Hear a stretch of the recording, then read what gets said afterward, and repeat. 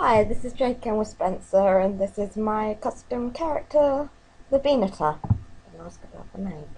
Anyway, this is generally what I ended up with. So,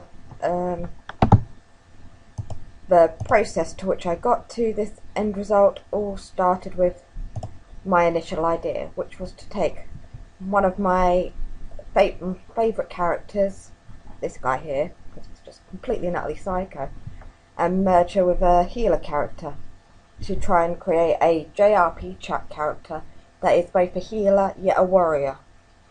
Well, a healer that looks tough, I believe was the actual phrase I used. Though, for reference sake, this is actually what they look like in game. Just slightly different to the pictures I was looking at, but I was looking more at this style because I liked the basic shading in that, the colour schemes, how use 3 main colours rather than having loads of different colours. This one also uses a similar colour scheme sort of thing, white and purple with a bit of yellow and brown for hair, but also the shading. I like the way this character was shaded, though admittedly he's nowhere near as high poly as this one is, because this one was made much later on in the PS2's life. Anyway, after that I came up with my initial idea, which, as you can see, changed a lot. Reasons being, when I was painting it, it looked better with all the blue and using white for accessories rather than using white as the main colour. It became easier to texture and didn't shine so much. Also, she kept her blonde hair, but the style changed, and I got rid of these bits because they would have been hard to put into game using physics. I went more with this style of hand rather than this one. The boots I also changed as well. Rather than making them shin guards, I turned them into proper metal boots rather than these white things that she wears. Some ideas I used, more for the colour ideas, like the blues, come from these two. Orange was also another one that they used a lot for healer characters, but I chose to go more with the blue because it's more serene and calm. I could have used purple, but yeah. I also looked at some other custom characters that had been made using the UT engine. This one in particular I rather liked. It had lots of armour, yet it looked very humanoid-like. You can definitely tell she was a she, and she looked very well made. This one as well I like because it was a character that doesn't have all this armour on it, because my character is only going to have a little bit of armour on it, just to give her a tough looking edge, rather than something like this which looks like Warrior Xena Princess, which is not the look I was going for. To start off the modelling, I used I got these from blueprint.com to help with the modelling process, because modelling from without any reference whatsoever was kind of pants. And afterwards I moved the body into place with the UT skeleton that was downloaded, rather than trying to model it completely only using the UT skeleton as reference, because I could see that going really wrong. As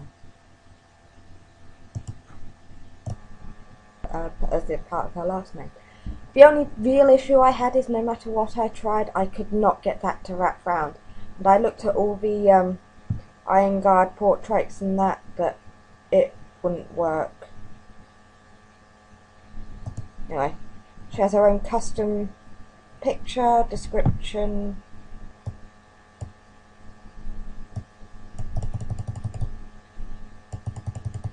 Very shiny as well.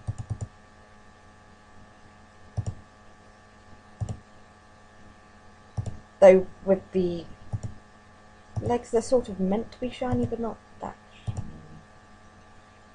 Anyway, customizable aspects of this character are, when my mouse works, the helm, which you have the Celtic helm or flower helm. There's also the shoulder pads, no, I said shoulder pads, which are also customizable.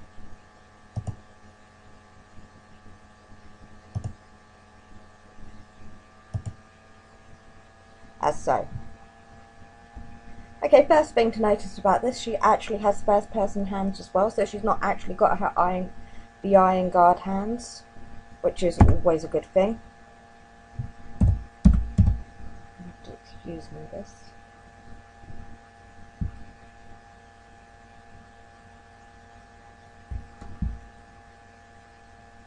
She actually works in game and she's not hovering above the ground. Like so. There are only two problems with this character that I can see.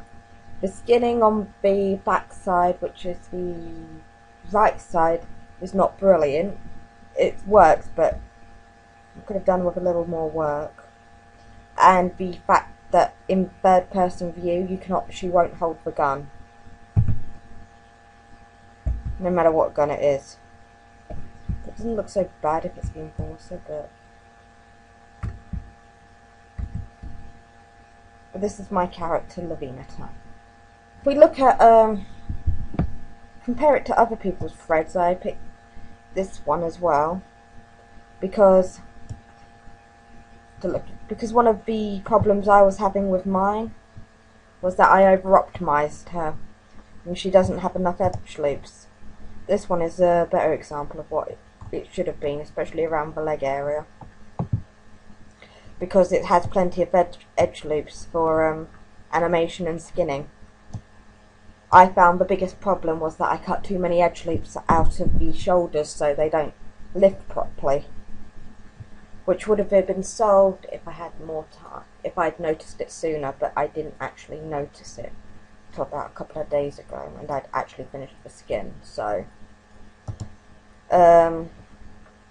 this one also has a lot of edge loops in, but I think this one has a bit too many edge loops in. It's a bit too high poly for what I would have wanted. I mean, it's a very good model, but too high poly and it would take forever to skin to get it looking right, at least anyway. And if you there are also a few problems I had along the way, to which I used, other than going and bugging the lecturers, I used the internet to help solve.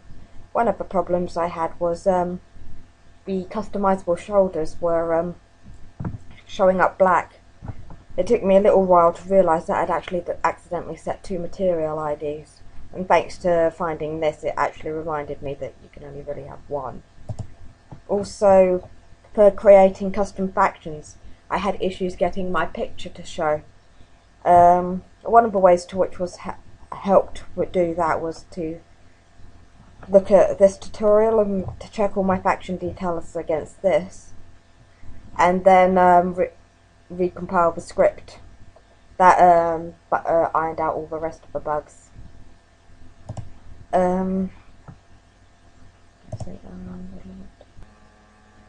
I figured one of the best ways to compare it against an industry model is to compare it against one of the female characters in UT3. Instantly you can tell she's much heavier armoured than mine, and has a lot more normal maps going on. Normals got on than the one I made did. The one I made did not really need that many normals.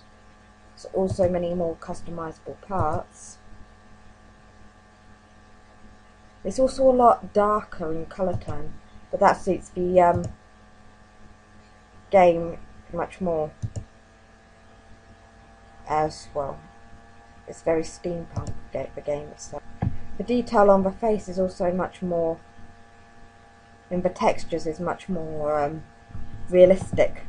I wasn't going for a realistic look for my character,